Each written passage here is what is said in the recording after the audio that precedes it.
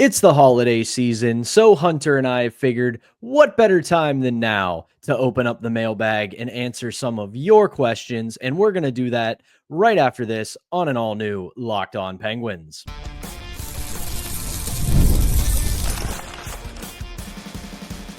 Your Locked On Penguins, your daily podcast on the Pittsburgh Penguins, part of the Locked On Podcast Network, your team every day. Hello and welcome back to another edition of the Locked On Penguins podcast. I'm one of your hosts, Patrick Damp. You can follow me across all social media platforms at Synonym for Wet. Joined as always by my holly jolly co-host, the one and only Hunter Hodes. You can follow him on Twitter at Hunter Hodes. You can give our show's Twitter a follow at LO_Penguins. And of course, we appreciate you making us part of your daily routine. Don't forget that we are free and available wherever you get your podcasts, as well as YouTube. And if you're following us on YouTube, don't forget to hit the notification button. That way you'll be among the first to know when we drop our daily Monday through Friday episodes. Before we get into your questions, today's episode is brought to you by FanDuel. You can start the season with a big return on FanDuel. New customers can place a $5 bet and get $250 in bonus bets if you win your first $5 bet. Visit FanDuel.com to get started. So it's the day after Christmas.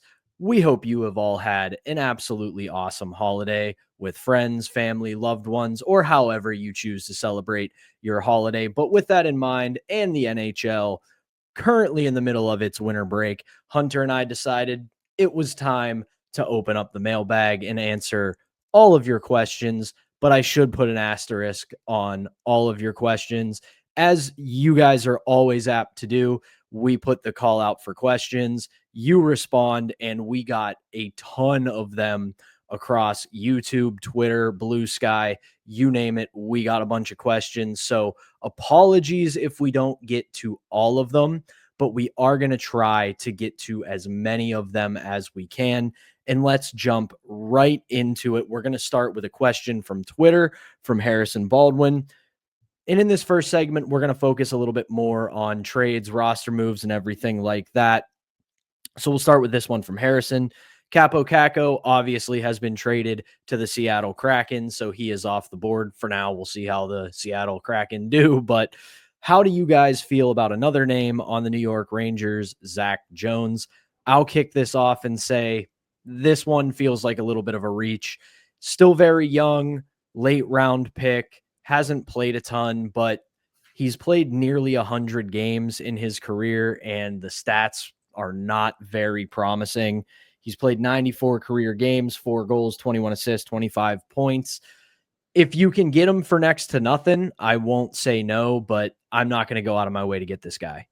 Right. I think it's, if you want to maybe go get him for cheap, but again, that's kind of difficult a little bit just because you're going to have to pay a little bit of a Metro tax when you're trading with the Rangers. I mean, we saw that with Riley Smith during the deadline. I'm sure the Penguins probably called on Capo Caco, but assuming what Chris Drury was asking for back, especially with a Metro rival, it was probably too much for Kyle Dubas. So I think with this, yeah, I think it's okay as long as you get him for pretty cheap, because next year, obviously, Patterson's not going to be there. I don't think Grzelcyk is going to be there. So there's going to be openings, but I'd rather use them on, just other players who I think are a bit better at this point in their careers rather than Jones. It fits the mold of the type of player that Dubas would go after. But just looking at his numbers so far this year, he's played in 25 games, almost 400 minutes of 5-on-5 ice time, only 48% of the shot attempts, 14 goals for 11 goals against. That's fine, but still only really 48% of the expected goal share, 45% of the scoring chances. He's not really driving offense that well this year. And I guess I'm just a little concerned, even though, the sample size isn't that big, it's still also not that small either. So I think for me, I would kind of pass on that one.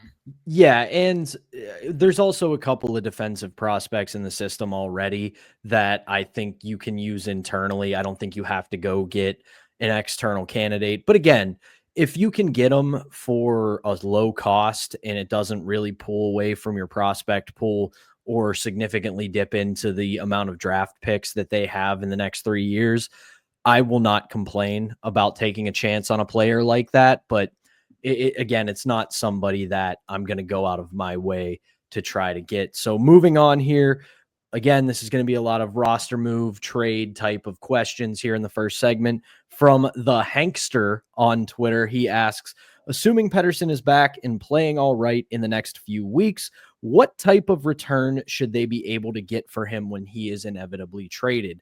Now, this is a little difficult to answer because, one, we have to assume he does come back and plays to his level, which I don't think is out of the question, but we do know he had a pretty rough start to the season. And when you suffer an injury as a defenseman, we've seen it with Erik Karlsson. We've seen it throughout the years with Chris Letang. You see it pretty much everywhere in the NHL. Defensemen coming back from injury and in a bit of an extended absence, it takes a little while to get back up to speed. So this makes this a little bit of a challenging question. I think it also depends upon what the market is come the trade deadline and what happens in the couple of weeks leading up to it. What kind of defensemen get moved? What is the cost for those defensemen? I do think, though, right now, like a lot of the trades we have seen over the last year and a half, you're probably on its face going to be disappointed. I don't think you're going to get a king's ransom for Marcus Pettersson. You might get a second round pick. You might get a B or C tier prospect. I don't think there's going to be a lot of teams that open the vault for Marcus Pettersson, but Hunter, I could be wrong. What do you think? Just to push back maybe a little bit, I do think Marcus Pettersson is going to be the top rental defenseman available at the deadline. So you do have to take that into account. There's already been reports out there that the Canucks are interested, which no surprise, you're not for Patrick Alvina there. There's also been reports that the Oilers are interested. I would not be surprised also if the Rangers are interested, just because their defensive group is a total mess right now.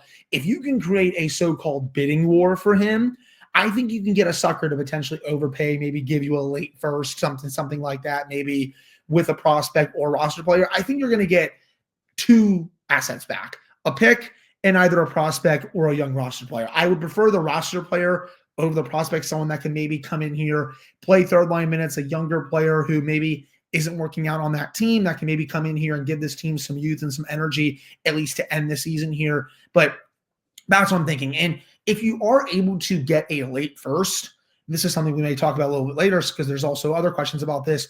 If you're able to get a late first, you'll have another first for this year. You can maybe package that and go get a really good young piece that can really be here for the next 4 to 5 to 6 years. Someone who, again, also isn't working out on his team, but has a lot of a really good track record in the NHL. So that could be something to monitor maybe this summer, where Kyle Dubas also looks to maybe transition this team over a little bit more. Obviously, the core pieces will still be intact, but that's something you could also monitor. So for me, I think it's going to be a first or a second round pick plus either a prospect or a player, but I think that's probably what you're looking at right now. That has to be the starting point for a Marcus Pettersson trade. You need a first, second, or at the very least second and third round pick, as well as some kind of young player, whether it's roster or prospect. And I know a lot of people are probably shaking their heads right now, but when you have what you described, Hunter, as the likely top rental defenseman on the trade market coming at the deadline, you have to put it out there that you want a worthwhile return for a player like that. We're going to end the segment here with this last question. It's been asked by a bunch of people, so I'm going to shout out two different people, both from YouTube as well as Twitter. Pen68 on YouTube and Kyle/ManAdvantage on Twitter.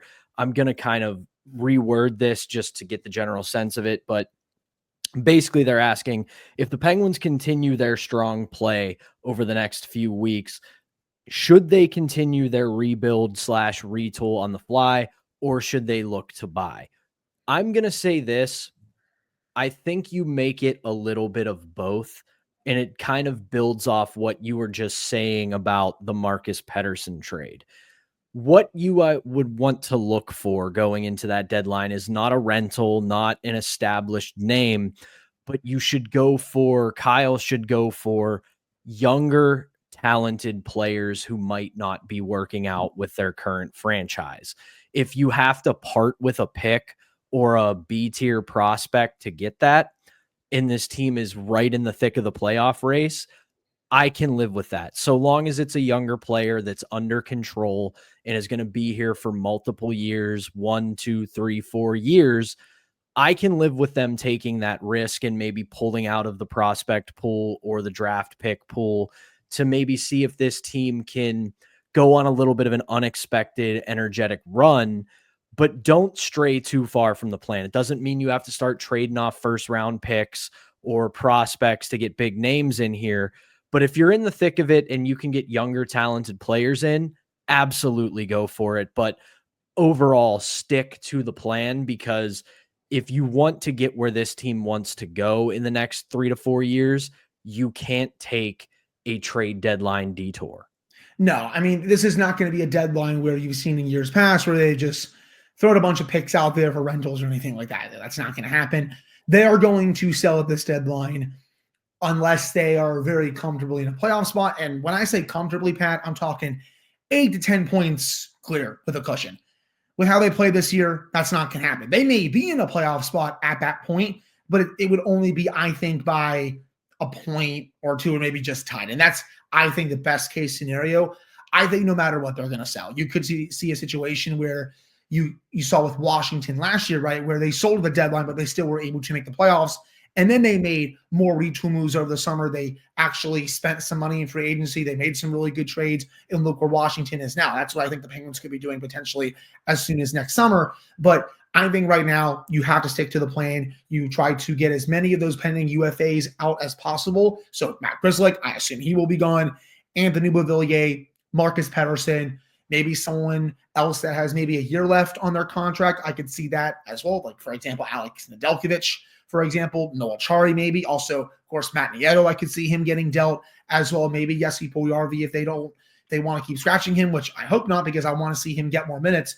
But you have to stick to the plan. I don't really see a world in which they buy it unless they are comfortably in a playoff spot. So that's what I think. Right there with you. You got to stick to the plan. And I think that Caps example is the perfect one, where even if you are still sticking around in the race, whether you're a couple points up or a couple points back, there's no need to deviate from this plan just yet. This team isn't a contender. They're not going to go on a Stanley Cup run. I'll gladly eat my words on that if they do, but as presently constructed in the middle of the winter break and the roster freeze, I am still highly skeptical. But that's going to do it for our first segment. When we come back, we're going to keep the mailbag questions rolling. We're going to have some fun ones about going to Penguins games, as well as keep this trade, roster construction, and coaching discussion going. But before we do that, we're going to tell you about our first sponsor, and that is Gametime. We're in the absolute best time of the sports calendar right now, even though the NHL and NBA are on break. The college football playoff, it's in the dead of it. It's in the middle of it. It's fully underway, and nothing is better than experiencing these events in person, and Gametime is your best place to go and get those tickets. Gametime is focused on togetherness this holiday season, and that means when you bring people together at live events, the experience is that much better, and it's the perfect gift, especially here on December 26th if you missed out on some Christmas gifts. Gametime has a new feature called Gametime Picks that makes getting tickets for live events even easier. Gametime Picks filters out the fluff to show you only incredible deals on great seats, so you don't have to waste time searching through thousands of tickets. Hunter and I have actually gone to a couple of Pens games together, and what do you think we used to get those tickets? You know, it was Gametime. So we already talked about Gametime Picks. Great feature from them. Really helps you filter out all of those annoying deals. All-in pricing, when you toggle on that feature, it shows you the total up front with none of those annoying surprise fees at checkout. You can also get a panoramic view in the app to see your seats before you buy, so you know what you're getting at. And then there's the lowest price guarantee. If you find a better deal elsewhere, Gametime will credit you 110% of the difference if you find that better deal. And your purchase is covered with the most flexible customer service policy in the ticketing industry. So take the guesswork out of buying tickets with Gametime. Download the Gametime app, create an account, and use code LOCKEDONNHL for $20 off your first purchase. Terms apply. Again, create an account and redeem code LOCKONNHL for $20 off. Download Gametime today. What time is it? It's game time. All right, welcome back to a special mailbag edition of Locked On Penguins. I'm one of your hosts, Patrick Damp, joined as always by Hunter Hodes. And again, thank you guys so much for responding to the call. We know how engaged our community is, and our appreciation of you guys knows no bounds. We love that you guys are so engaged with us, asking questions, leaving comments, talking to us on social media. It makes doing this so much more fun. So let's jump right back into it. And we got to hit this comment from TK on YouTube. He asks a question we've been asked before, but it's very fun to go over this one. TK says, I'm going to Pittsburgh soon. What is the ideal time to get to a game?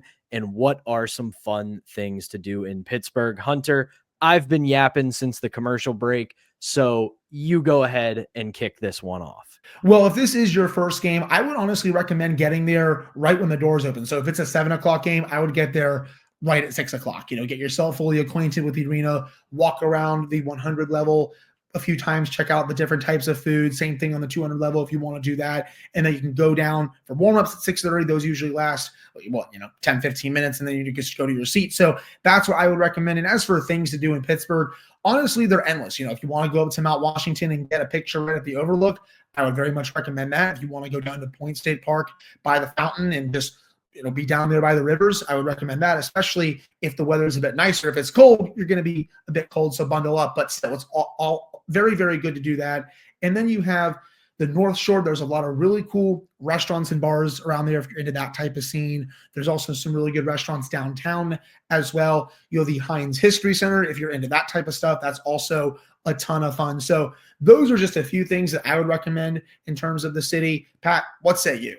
I'm going to pull out my Pittsburgh native card here, and I'm going to push back on Hunter. Yes, if you have never been to Pittsburgh, absolutely check out Mount Washington. But Mount Washington, that's where the tourists go. You want to see the absolute best view of the city, go to the West End Overlook Park. Fair. The West End Overlook Park, especially if you go at night when all of the lights are on all the buildings, and especially if it's a clear night, breathtaking view of the Three Rivers as well as the city. It's one of my favorite places in the entire city. But yeah, Hunter kind of nailed the rest of that. Pittsburgh has a ton of really fun neighborhoods for you to check out. I would absolutely recommend Lawrenceville. That's right by where I live. It's a great little spot. Ton of awesome restaurants and bars, just like the North Shore, if that's what you're looking for. North Shore, same thing, especially if you've never seen, obviously you're not going to be able to get in this time of year, but if you've never seen Heinz Field, if you've never seen PNC Park, you can get a look at those. But a ton of stuff to do. Heinz History Center, undefeated. Carnegie Science Center, if it's open while you're around, also a really fun place to check out. Really awesome stuff to do. But I echo everything he said about getting to the game. I'm a huge mark for wanting to see the intro video and the anthems. Yes. So I'm always in my seat for those. I love those. They're one of my favorite parts of going to a game. But let's keep it moving here, and let's get back to some Penguins related questions, and not just Penguins and Pittsburgh related questions. I'm going to go with this one from Twitter from my pal Blake V. He asks, what volumes does it speak when Graves is out of the lineup and POJ is immediately inserted in after being acquired for nothing? I'll say this. I think we're finally getting to a point where management and coaching staff have soured on Ryan Graves. His ice time has continued to decline. He's obviously been scratched multiple times this year.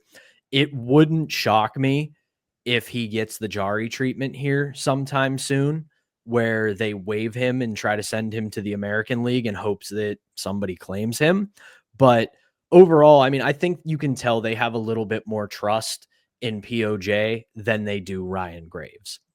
I think so. I also think, it's POJ's first game. They want to get a look to see how he's played this year. So I totally get Ryan Graves coming out of the lineup, but they also just taken out Ryan Shea and kept Graves in, right? So I do think they are souring on him a little bit. He has been better this year compared to last year, but the bar was literally on the floor heading into this year, considering how bad he was both on the top pair last year and on the second pair last year. So I do think there's going to be a time, I think, this summer where you might see a rumor or two suggesting that the Penguins are maybe looking into getting out of this Graves deal, just because it's obvious this deal has not worked out the way they thought it would. And I think at this point, after the season, we're going to be 2 years into this. I think what you have seen so far is probably what you're going to get at this point. So I do think they're going to look for as many ways as possible to try and get out of this contract. I don't think they're going to do a buyout, because that's going to be, too many years down the line when they're just paying in money to not be on a team. I know the Penguins really usually don't like doing buyouts unless absolutely necessary. So I do think they're going to try to figure out a trade at some point. But I also do think P.O. Joseph right now is a better defenseman than Ryan Graves. And that's really what it comes down to. Yeah, part of it is they are souring, I think, on Graves. But P.O. Joseph, I do think, is a better defenseman than him as well. Yeah, you're bang on with that. POJ definitely, I would say, is better than Ryan Graves at this present moment. So that's kind of where we stand on that. We'll end this second segment with this question, because I know the two of us will have plenty of takes on this. This is from Ace80 on Twitter, asking, what does your ideal lineup look like now, assuming that the Penguins are fully healthy? I'll take the first part of this, Hunter, and I'm going to do it with the defense, and then I'll let you cook on the offense and add whatever you feel you need to add. My top pair would stay the same. It would be Chris Letang and Owen Pickering. On the second pair, I'm going Erik Karlsson and Marcus Pettersson once he's healthy. And then my bottom pair, in an ideal world, it's going to be POJ and Jack St. Ivany once he's healthy and he can find that level he had to end last season. And the only other thing I'll add for that is, and I think we're getting to a point of this a little bit now with the Penguins starting to find their game, I would like to see a little bit of a 50-50 split between Tristan Jarry and Alex Nedeljkovic moving forward, if for no other reason, to figure out which one of them is going to bounce back and take the starter's net. I think right now, given the way the last few weeks have gone, it's trending towards Tristan Jarry, but I would like to see that be a little bit more of an open competition at this point. I hear you. I actually agree with you about the defensive group. And if St. Ivany is not up here and say he's playing in Wilkes-Barre, I would still do everything else, POJ in the bottom pairing, with probably Matt Grzelcyk until he gets dealt before the trade deadline.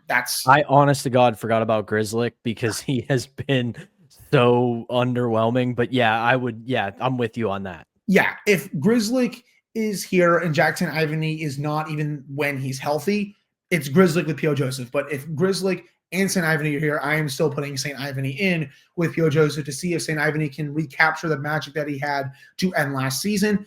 I agree with you about the top two pairs. Forward-wise, there's a lot that I like here. Raquel, Crosby, Rust, yes. Malkin with Bunting, with Cody Glass, sure. Beauvillier, O'Connor, Tomasino, okay, whatever.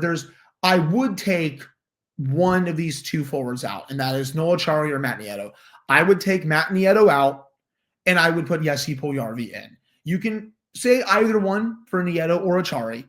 I would probably go Nieto coming out over Acciari right now, but you're really just splitting hairs. It continues to be coaching malpractice that Jesse Puljujarvi is not playing. I'm going to keep saying it. He has been a bright spot for this team this year. It's crazy to me that he is still being scratched. You want to argue for some other younger pieces to come in, like a Valtteri Pustin, for example.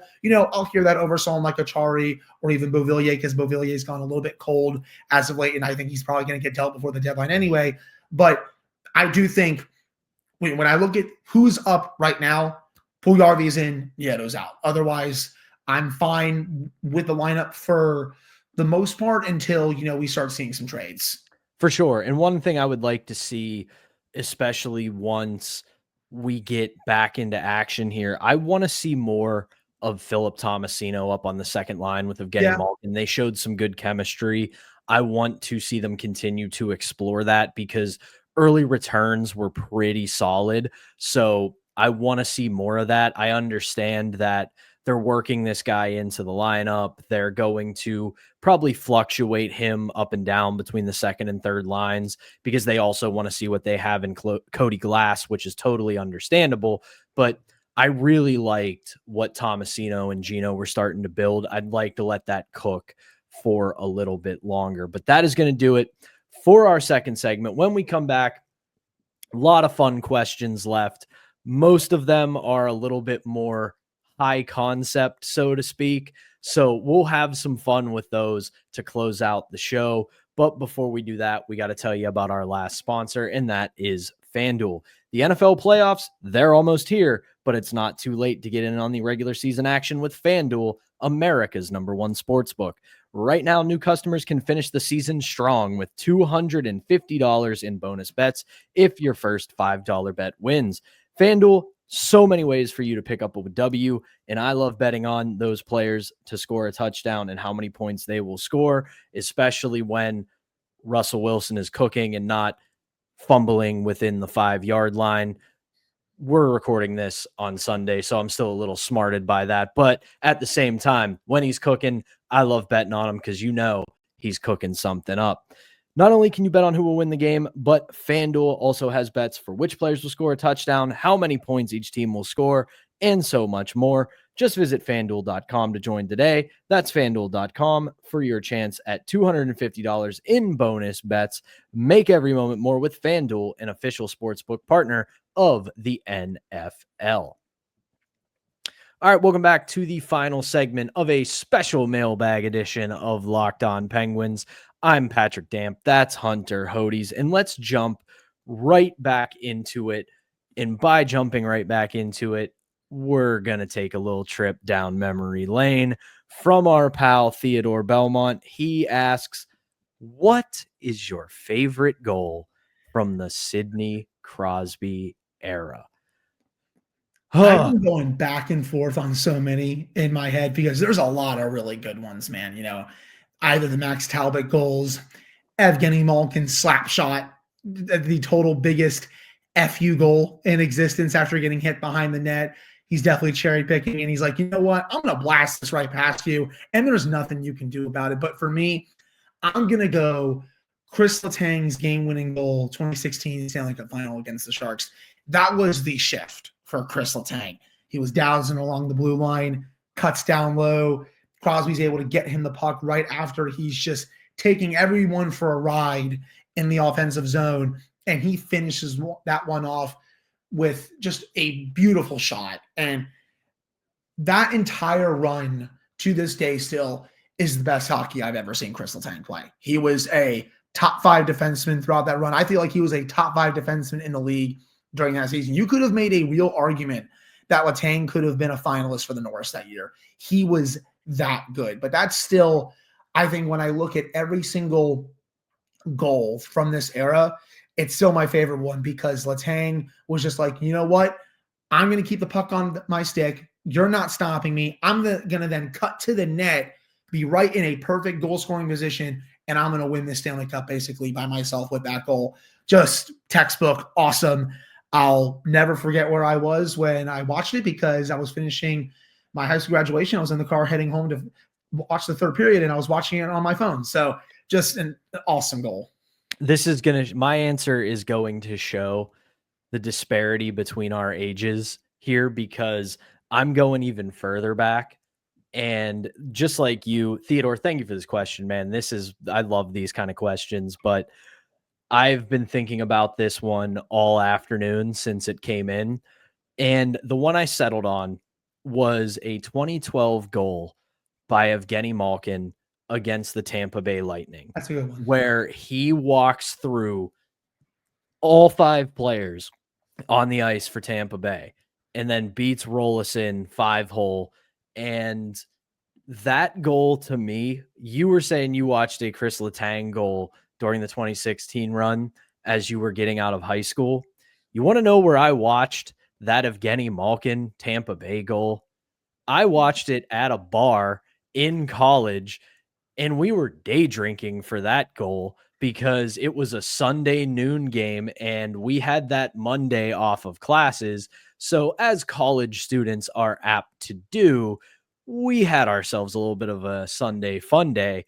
And I just remember I was always animated when I was at IUP at bars and restaurants for Penguins games because for some reason that school's demographic was 50-50 Philadelphia, Pittsburgh. So always a good time to talk about how great the Penguins were.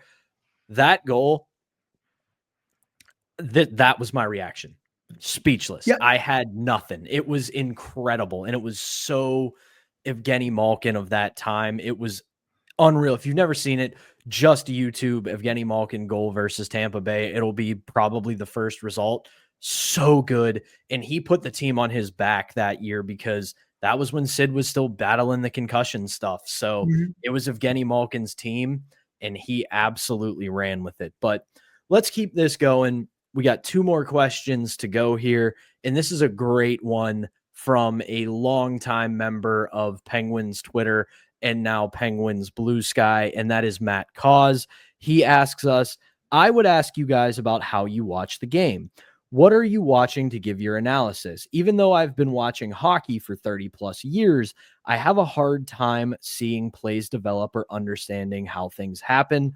Unlike football, where a play ends and then there's a long break with replays, it's a little bit more difficult with hockey. So this is a difficult one to answer simply because it's like, this is going to be such a loose comparison, so bear with me. It's like asking top talent players how they do what they do. I have just been watching, playing, coaching, analyzing hockey for pretty much all of my life. So it's to the point where it's just almost second nature for me. But I'll say this, a really great resource, if you've never read it, is Greg Wyshynski's first book, Take Your Eye Off the Puck, because it breaks down the game in a way that's different from, say, okay, this guy has the puck, watch what he does, and tells you what to look for away from that. So for me, my biggest thing that I try to watch, it's not so much in the moment as day after or in the following days, is watching replays, watching clips and highlights, because you'll get different camera angles and you can start to see trends in how things develop. So because I've been doing that for so long, again, I hate tooting my own horn, but I've learned to look for certain things in certain aspects, players in certain positions. So that's what helps me out. But if you're looking for a resource to check out, absolutely suggest Wyshynski's book, Take Your Eye Off the Puck. Yeah, for me, like with a resource, I will go a step further and say Hockey Tactics by Jack Hahn. He is fantastic. Like every time he releases one of those, I pick it up immediately. I'm on his email list as well. He does a tremendous job breaking down the game. He looks at different players, play styles. He looks at different teams, the way they play, how structured they are and all that stuff. So I recommend that. For me, though, I kind of dabble in everything. I look to see, okay, is the goalie on his angle here, for example? Is he too far out? Is he playing too far in? Is he flopping around like a fish? Not, again, just looking at his movement. Is it quick side to side, all that stuff? I'm also looking at how a team breaks the puck out. Is it, lethargic, or is it simple, concise, and all that? And also I look at, especially with the Penguins and how their neutral zone play has been a pretty constant thing this year. It's either been really good or, a lot of times really bad. I look to see, okay, are they being simple with it, or are they being too aggressive? That leads to odd man rush opportunities. I also always want to look at pinching, for example. We talked a lot about that on the show this year, how they've been too aggressive with their pinches. They're picking the wrong situations to pinch in, leading to chances off the rush. So that's something I always look for as well. I'm obviously always looking to see, what penalties are called and all that stuff. So, for example, if I miss something that I didn't see that I maybe disagree with in the moment, I can they'll show the replay and be like, okay, I was definitely a bit wrong there as well. So those are just a few things that I look for while I'm watching the game. So, and I could probably go on about this for 10 to 15 minutes, Pat, but I know we don't have that kind of time for today's episode, but that's just a few things that at least I look for, when I look at my analysis and all that stuff. Yeah, this could be an entire episode in and of itself. And Matt, I'll add this last one, and this because, and this is me addressing Matt, not you, Hunter, is you and I have followed one another on social media for years now. If you got questions, man, just ask them. And that goes for everybody. Yeah. Hunter and I are very active on social media during Penguins games and in the time before and after. If you got questions about what we saw or how we came to a certain conclusion, don't hesitate to ask, man. We're always up for having conversations about hockey. God knows if this wall behind me could talk back, I would talk hockey to it. So we're going to finish up with a really fun question to end the episode from Angela9915 on YouTube. If you were commissioner of the National Hockey League, what would you do better to sell the game and attract more fans? Just like Matt's question, this could be an entire episode by itself. I'm going to start with a quick answer on this one, and it's simply be innovative for once and make the game more accessible to everybody. Whether it's launching your own streaming service, finding an agreement with ESPN and Hulu that makes every game available, or finding another party that can make that happen, you're at the best, the fourth most popular league in North America. You don't got time for exclusivity. Make this game watchable, findable, and digestible to the most amount of people ever. Start bringing in new fans. And once you do that, maybe you can start being a little more exclusive about where people can watch it. Agreed. Also, please get rid of these stupid blackout restrictions. I hate them. I've always hated them. I think they're really stupid. Another thing is, and they've started to do this a little bit, Pat, but please keep giving us more best on best competitions for international hockey. Yeah, it's nice. We're getting a good tease for Four Nations Face-Off, but it should not have taken us this long to get best on best international competition. Set your petty grievances aside with each other, in the IAHF and all that stuff, and just keep giving us this, because the last time before this, we're about to be in 2025, was the World Cup of Hockey almost a decade ago. How is that possible? It's just a total black mark, I feel like, on Gary Bettman and Bill Daly. That's another thing, at least, I would do. And this isn't really towards, maybe growing the game. And my dog is, of course, barking a little bit here as we end the episode. But this is just for, I guess, rule purposes. Again, I would really look to fixing this offside issue while getting rid of these stupid little replays for millimeters offside and that kind of stuff. Again, the rule, I think, was put in place because of situations like Danny Briere. So that's another thing that I would look at as well. But yeah, I mean, again, those are really just two things that I would do. One more question here, actually, before we end this. And this is just a quick hitter. Someone asked, I believe this is Jonathan Boyven on Twitter. If you have one, which team is your second favorite when there's no Penguins game on that night? Who would you turn in to watch? Vancouver for me, always. I'm turning in to watch the Vancouver Canucks with Elias Pettersson, JT Miller, Quinn Hughes, etc. Pat knows that. I love watching the Canucks anytime I can. Yes, there's a bunch of former Penguins in that organization, but they are just such a fun team to watch, and their fans are hilarious. So, yeah, Vancouver. I have to add a caveat or a qualifier to this. Are we and Hunter, this can be your designation. It doesn't have to be the person asking the question.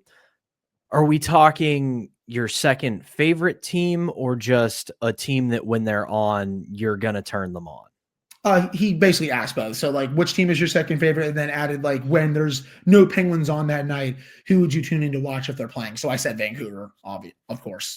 Oh, then I'm going to go Colorado. That's good too. It's a toss-up between Colorado and Toronto.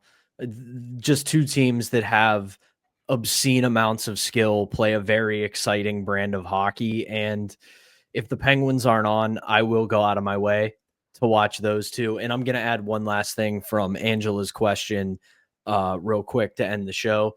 keep doing this Amazon series face off. Listen, I understand in the 80s, 90s, and even a little bit in the 2000s, you had a brand where you could sell rivalries and you could sell basically hate. That era of hockey is behind us.